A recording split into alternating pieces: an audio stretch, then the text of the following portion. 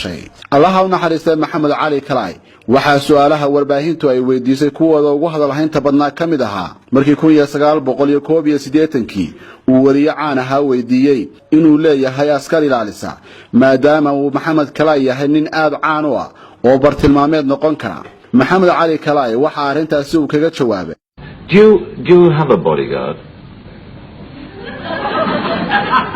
No. You don't? I got one bodyguard. He has no eyes, though he sees.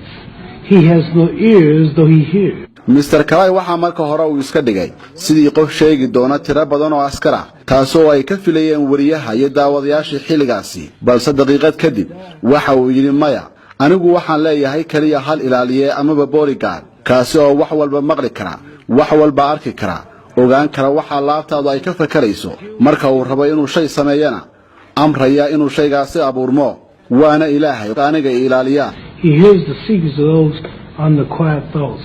That's God. Oh, he's my bodyguard. He's your bodyguard. He's the supreme. waxa kaloo uu sheegay Mr. Kalaay in kitaabka Quraanka Kariimka ah uu dhigayo qof kastaba goorta uu dhiman doono xilligiisana aanu dhaafi doonin.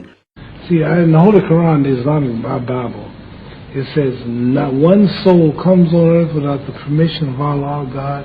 Not one soul leaves without the permission.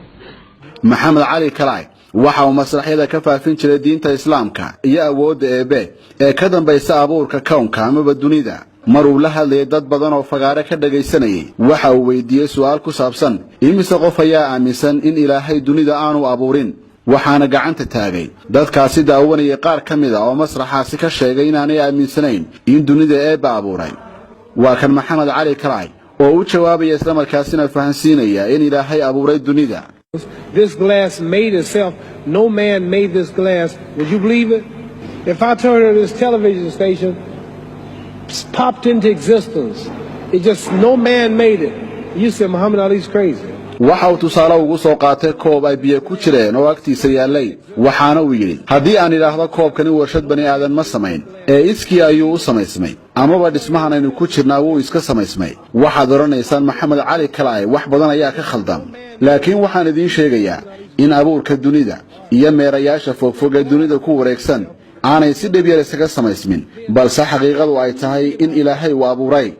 How do the stars and Jupiter, Neptune and Mars and the sun? waxa kaloo dadkaasi uu sheegay in Ilaahay uu ilaalinayo dhammaanba noolaha dunida jooga sida ay u dhaqmayaan. God is watching me.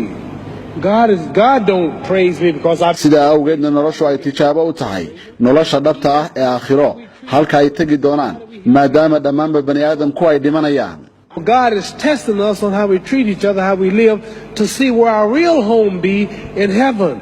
si kastaba ha noqotee dad badan oo caan ka ah adduunyada ayaa waxay tacsiyayeen geerida ku timi Maxamed Cali Kalaay dadkaas oo isugu jiray feeryahano iyo xubno kale oo caan ah waxaana dhammaantood bay sheegeen in dunida gaar ahaan dadka madow aanay heli doonin qof la mid ah Maxamed Cali Kalaay oo ay ku tilmaameen inuu si weyn ugu doodi jiray xuquuqda dadka madow. Without the permission of Allah, God, not one soul leaves without the permission.